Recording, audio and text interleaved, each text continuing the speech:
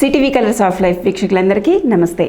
కొత్త ప్రోగ్రాం అయినటువంటి నమ్మకాలు నిజాలకు మీకందరకు స్వాగతం. ఈ కార్యక్రమంలో మనము నమ్మేది నిజంగా అది నమ్మకమేనా, అలాగే మనము నిజాన్నే నమ్ముతున్నామా అని ఎన్నో రకాలైనటువంటి విషయాలను మనం తెలుసుకోబోతున్నాం.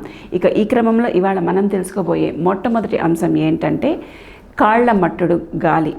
ఈ కాళ్ళ మట్టుడు అనేది కాళ్ళతో మనకి బయటకు వెళ్తున్నప్పుడు ఇంట్లోకి వస్తూ ఉంటుంది. సో దీనివల్ల జరిగే అనర్థాలు ఏంటి అనే విషయాన్ని గురించి ప్రాణిక్ హీలర్ అండ్ సైకోథెరపిస్ట్ అయినటువంటి డాక్టర్ శ్రీమతి రాజేశ్వరి చంద్రజ వాడపల్లి గారిని అడిగి వివరం తెలుసుకుందాం. అమ్మ నమస్తే. అమ్మ నమస్తే అమ్మా. కాళ్ళ మట్టుడు గాలి అని అంటూ ఉంటారు కదమ్మా ఇంట్లో పెద్దవాళ్ళు. కాళ్ళతో వచ్చింది అని, అందుకే ఇంట్లోకి వచ్చేటప్పుడు కూడా కాళ్ళు కడుక్కొని రండి అని ఇంట్లో పెద్దవాళ్ళు ఉంటే చెప్తూ ఉంటారు బయట నుంచి వచ్చేటప్పుడు. సో దీనివల్ల అసలు జరిగే అనర్థాలు ఏంటి, ఇది వస్తే ఎలాంటి ఫలితాలను మనం ఎదుర్కోవాల్సి ఉంటుంది, ఒకసారి చెప్పండి. తప్పకుండా. సిటీవీ కలర్స్ ఆఫ్ లైఫ్ వీక్షకులకు నమస్కారం అండి. అందరికీ కూడా నమ్మకాలు నిజాలు కొత్త ప్రోగ్రాంకి స్వాగతం అండి. ఇప్పుడు మనం మాట్లాడుకునే అనేక అంశాలు ఇందులో చోటు చేసుకోబోతున్నాయి. పాజిటివ్గా తీసుకోండి. అందులో మీరు అనుభవించిన అనుభవాలు ఏమైనా ఉంటే నాకు మెయిల్ చేయండి. వాటి గురించి కూడా నేను ఈ స్లాట్లో మాట్లాడతాను. నా మెయిల్ ఐడి మీకు నెట్లో దొరుకుతుందండి, చూడండి. సో నెక్స్ట్ కాళ్ళమట్టుడు గాలి. ఈ కాళ్ళమట్టుడు గాలి అనేది మనకు చిన్నప్పుడు విన్న మాట. అది ఇప్పుడు కూడా అనుభవిస్తున్నాం కానీ నమ్మం. అనుభవిస్తున్నాం, బాధలు పడుతున్నాం, అనేక రకాలైన ఇబ్బందులు పడుతూ ఉన్నాం, అయినా కూడా నమ్మం. కాళ్ళమట్టుడు గాలి అంటే ఏంటంటే మన ఇంట్లో ఉన్న కుర్రోళ్ళు కానీ అమ్మాయిలు కానీ లేకపోతే పెద్దవాళ్ళు కానీ ఎవరైనా కానీ మన ఇంట్లో వాళ్ళు బయటికి వెళ్ళి రాత్రనక పగలనక తిరిగి రావాల్సినటువంటి పరిస్థితులు ఇప్పుడు నెలకొని ఉన్నాయి. అలాంటప్పుడు బయట తిరిగి వచ్చేటప్పుడు వాళ్ళు ఎటువంటి రూట్స్లో వస్తారు అనేది మనకి ఇప్పుడు తెలియదు. ఇప్పుడు మారిన కల్చర్ని బట్టి మన ఇళ్ళు శ్మశానాల్లో ఉంటున్నాయేమో కూడా తెలియదు. అంటే ఒకప్పుడు బరిల్ గ్రౌండ్గా చలామణి అయినటువంటి ప్లేసు మరికొన్ని డెకేడ్స్ తర్వాత దాన్ని లేఅవుట్స్ వేసేసి దాంట్లో అపార్ట్మెంట్స్ కట్టేసి దాంట్లో ఇళ్ళు తయారైపోతున్నటువంటి పరిస్థితి ఇప్పుడు నెలకొని ఉంది. అందుకనే నేను ఆ మాట వాడాను అనమాట. అంటే నిజంగానే బరిల్ గ్రౌండ్ శ్మశానంలో ఏమో కొన్ని సంవత్సరాల కిందట అది శ్మశానమేమో ఎవరికి తెలుసు. అటువంటి పరిస్థితుల్లో మన స్కూళ్ళు, కాలేజీలు, తర్వాత మన ఇళ్ళు, వాకళ్ళు అన్నీ కూడా రకరకాల ప్లేసుల్లో ఊరు వైడ్ అయి ఉందండి, వ్యాపిస్తోంది. నగరం వ్యాపిస్తున్నందువల్ల ఏమవుతుంది అంటే ఈ శ్మశానాలు ఊరు చివర ఉండేవి మధ్యలోకి వస్తున్నాయి. అంటే ఆ లిమిటేషన్స్ అనేవి పెరిగిపోతూ ఉన్నాయి. ఆ రకంగా అన్నీ లోపలికి వచ్చేస్తున్నాయి. లోపలికి వచ్చేయటం వల్ల ఏంటవుతుందంటే రాత్రిపూట అది అమావాస్య రోజులు కావచ్చు, అనదర్ వేస్ కావచ్చు, ఎక్కడికైనా వెళ్ళినప్పుడు, ఎవరిదైనా చనిపోయినప్పుడు మనం కూడా వెళ్ళేటప్పుడు అలాంటప్పుడు కూడా ఇవి ఎఫెక్ట్ అవుతూ ఉంటాయి.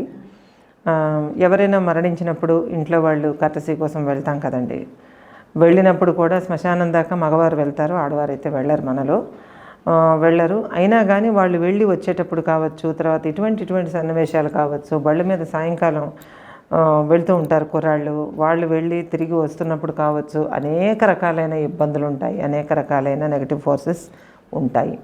మూడో ప్రపంచం అనేది ఒకటి ఉంది, మన పక్కనే అది నడుస్తూ వెళ్ళిపోతూ ఉంటుంది. మనం అందులోకి వెళ్ళాం, అవి మనతో రావు. కాకపోతే వాటి ప్లేసుల్లోకి మనం వెళ్ళి ఇళ్ళు వాకళ్ళు కట్టుకున్నప్పుడు వాటి ఎఫెక్ట్ మనకు ఎక్కువగా ఉంటూ ఉంటుంది. సో అటువంటి పరిస్థితుల్లో కాళ్ళ మట్టుడు అంటే కాళ్ళ వాటి తాలూకా ప్లేసెస్లకు వెళ్ళి మనం మట్టి వచ్చేటప్పుడు, ఆ ప్రదేశానికి వెళ్ళి మట్టి వచ్చేటప్పుడు మనతో పాటు అనుసరించుకొని, మనం జీవం కదా, జీవశక్తిని అనుసరించుకొని ఆ నెగటివ్ ఫోర్స్ వస్తుంది మనతో పాటు ఇంటికి. అయితే ఇంటి దగ్గరే వాటిని ఆపేటటువంటి సంకేతగాలు ఏమైనా మన ఇంటి దగ్గర ఉన్నాయా, రక్షక రేఖలు ఏమైనా ఉన్నాయా? కొన్నిళ్ళకు ఉంటాయి, కొన్నిళ్ళకు ఉండవు. ఇలాంటి కాళ్ళు మట్టుడు ఇది దోషం ఏదైనా ఇంట్లోకి వచ్చేటప్పుడు దాన్నే కాళ్ళ మట్టుడు దోషం అంటారండి. అది ఇంట్లోకి వచ్చేటప్పుడు ఎటువంటి పరిస్థితులు ఇంట్లో వాళ్ళకి ఎదురవుతాయి అని అంటే, ఆ రోజు పీడకలలు రావటం, మట్టి వచ్చిన అబ్బాయి అయితే అబ్బాయి, అమ్మాయి అయితే అమ్మాయి, పెద్దవారైతే పెద్దవారు, ఎవరైతే వారికి ఫీవర్ రావటం, కారణం ఉండదు, ఫీవర్ రావటం, ఒళ్ళు వేడెక్కటం, తర్వాత ఫీవర్ రావటం, రాత్రుల్లో ఏవో చప్పుళ్ళు వినిపించటం, డిస్టర్బ్డ్ స్లీప్ అనిపించటం, ఆ పడుకున్న కాసేపట్లో కూడా పీడకలలు రావటం, ఇటువంటి కార్యక్రమాలు జరుగుతూ ఉంటాయి. తర్వాత మరుసటి రోజు పొద్దుట చూసేటప్పటికి పాలు పాడైపోతూ ఉండటం, ముందు రోజు పెట్టిన టిఫిన్స్ అవి పాడైపోతూ ఉండటం, ఎప్పుడు అలా అవ్వదు, ఆ రోజు అలా అవుతుంది. అలా అవ్వటం, ఇంట్లో ఏదైనా తేడా చేస్తూ ఉండటం, ఇలాంటివన్నీ కూడా అవుతూ ఉంటాయండి. అనుకోకుండా చికాకులు కలగటం, ఇంట్లో మనుషుల మధ్య నెగటివిటీ పాదుకొని ఉండటం, ఇలాంటివి జరుగుతూ ఉంటాయి. అంటే కొన్ని అనుకోని మార్పులు జరుగుతూ ఉంటాయి. అనుకోని మార్పులు, అనుకోని సంఘటనలు జరుగుతూ ఉంటాయి. అలా జరుగుతూ ఉండేటప్పుడు వాటి నుంచి ఎలా బయటపడటం, ఇది కాళ్ళమట్టడు గాలి అని నిర్ధారించాం. దాని నుంచి బయటపడడం ఎలాగా? పాము ఉందని భయపెడితే ఎలాగా? పాముని మంత్రం వేసిన వాడు ఎవడో చెప్పాలిగా. అట్లా అయిపోతుంది ఒక్కోసారి, మనకు తెలియదు. అలాంటి సన్నివేశాలు మీకు ఏమైనా ఎదురవుతాయనే మన పెద్దవాళ్ళు పూర్వం బయటికి వెళ్ళి ఎవ్వరు వచ్చినా గుమ్మంలోనే వాకిట్లోనే కాళ్ళు కడుక్కుని వచ్చేవారు. ఇప్పుడు మారిన జీవన విధానం ప్రకారం అది జరగట్లేదు. నేరుగా సేమ్ అదే కాళ్ళతో నేరుగా ఇళ్లల్లోకి వచ్చేస్తున్నాం. చిన్న బేబీస్, బోర్న్ బేబీస్ ఉంటే వాళ్ళని ముద్దులాడి కూడా ఇంట్లోకి వెళ్తున్నాం. అన్నీ అలాగే వస్తున్నాయి. మారిన పద్ధతుల ప్రకారంగా కాలం మారింది కాబట్టి ఇవి కూడా జరుగుతూ ఉన్నాయి.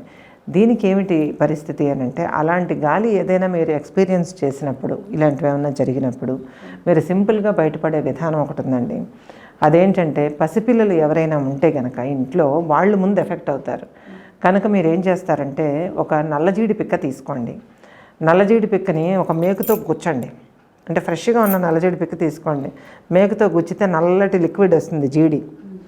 ఆ జీడితో ఆ బేబీ తాలూకా ఎడమ అరికాలులో, కాలులో ఉంటుంది కదా, ఎడమ అరికాల్లో ప్లస్ గుర్తు పెట్టండి.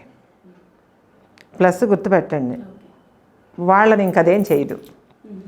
అలాగే బయటికి వెళ్ళేటప్పుడు ఆ అబ్బాయిలకు కానీ అమ్మాయిలకు కానీ తిరిగి వాళ్ళు ఉంటారు కదా, ఉద్యోగాలు వ్యాపారాలు ఏవో తిరుగుతూ ఉంటారు. వాళ్ళకు కూడా ఎడమ కాలుకి అడుగున ప్లస్ గుర్తు పెట్టండి. జీడితో నల్ల జీడి పిక్కని గుచ్చి తద్వారా వచ్చే లిక్విడ్తో ప్లస్ పెట్టండి. ఇంటూ కాదండి, పొరపాటున కూడా ఇలా ప్లస్ నిలువుగా ఒక గీత, అడ్డగా ఒక గీత పెట్టండి. ఎడమకాల్లో పెట్టి ఉంచండి. ఎడమకాలికి నల్ల దారం కట్టి ఉంచండి. దారం అంటే అది మొలతాడు, కట్టి ఉంచండి. ఇలా కట్టడం వల్ల మీకు అన్ని రకాలైనటువంటి కాళ్ళమట్టుడు దోషాలు ఇంట్లోకి రావు, వచ్చినా పోతాయి. తర్వాత అసలు అలాంటివి ఉన్నవాళ్ళ కాళ్ళకి ఆ మట్టుడు దోషాలు తగలవు. ఒకవేళ పట్టుకున్నా వదిలేసి వెళ్ళిపోతాయి. అందువల్ల ఈ రకమైన ప్రత్యేక జాగ్రత్త తీసుకోవటం వల్ల ఈ కాళ్ళమట్టుడు గాలి నుంచి మన కుటుంబ సభ్యులు, పిల్లలు పడేటటువంటి ఇబ్బందులు, ముసలివారు పడే ఇబ్బందులు తప్పించి ఏజ్డ్ పర్సన్స్ కూడా హ్యాపీగా ఉండొచ్చు, పసిపిల్లలు కూడా హ్యాపీగా ఉండొచ్చు. గర్భవతులు ఉన్న ప్రాబ్లమ్స్ ఉండవు. లేకపోతే అనవసరంగా వాళ్ళు సఫర్ అయ్యే అవకాశం ఉంటుంది. సో ఈ జాగ్రత్త తీసుకోండి. సింపుల్ అండి, చాలా సింపుల్ పరిహారం. చూడండి, తప్పకుండా చెయ్యండి. చేసిన తర్వాత మీకు ఆ కాళ్ళమట్టుడు దోషం నుంచి బయటపడిపోతారు. సో ఈ రెమెడీ చాలా సింపుల్, ఖర్చు లేని పని కాబట్టి ఇది కూడా చేసి సుఖంగా ఉండండి. నెగిటివ్ ఫోర్సెస్కి దొరక్కండి. నిరంతరం ఏదో ఒక మీ ఇష్టదైవాన్ని ప్రతిరోజు పొద్దున బయటికి వెళ్ళేటప్పుడు ప్రార్థన చేసుకోండి. ఇంట్లోకి రాగానే ఓసారి నమస్కారం చేసుకోవడం అలవాటుగా పెట్టుకోండి. సో ఈ వీడియో కూడా మీకు నచ్చుతుందని ఆశిస్తూ, ఈ కాళ్ళమట్టుడు గాలిలాగే ఇంకా చాలా టాపిక్స్ మనం మాట్లాడుకోబోతున్నాం. మన వీడియోని లైక్ చేయవలసిందిగాను, ఆదరించవలసిందిగాను కోరుకుంటూ మరొక మంచి అంశంతో మళ్ళీ మీ ముందుకు వస్తాం. అంతవరకు సెలవు, నమస్తే. కాళ్ళమట్టుడు గాలి అంటే ఏంటి, అసలు దాని ఫలితం ఏంటి, అలాగే దాని నుంచి మనము ఎలాగా విముక్తిని పొందాలి అని చక్కటి రెమెడీని అందరికీ తెలియజేసినందుకు థ్యాంక్ యూ సో మచ్ అమ్మా. ఇదండి ఇవాల్టి నిజాలు నమ్మకాలు వీడియో. ఇక మరొక అంశంతో మిమ్మల్ని చేరేంత వరకు నమస్తే. నమస్తే.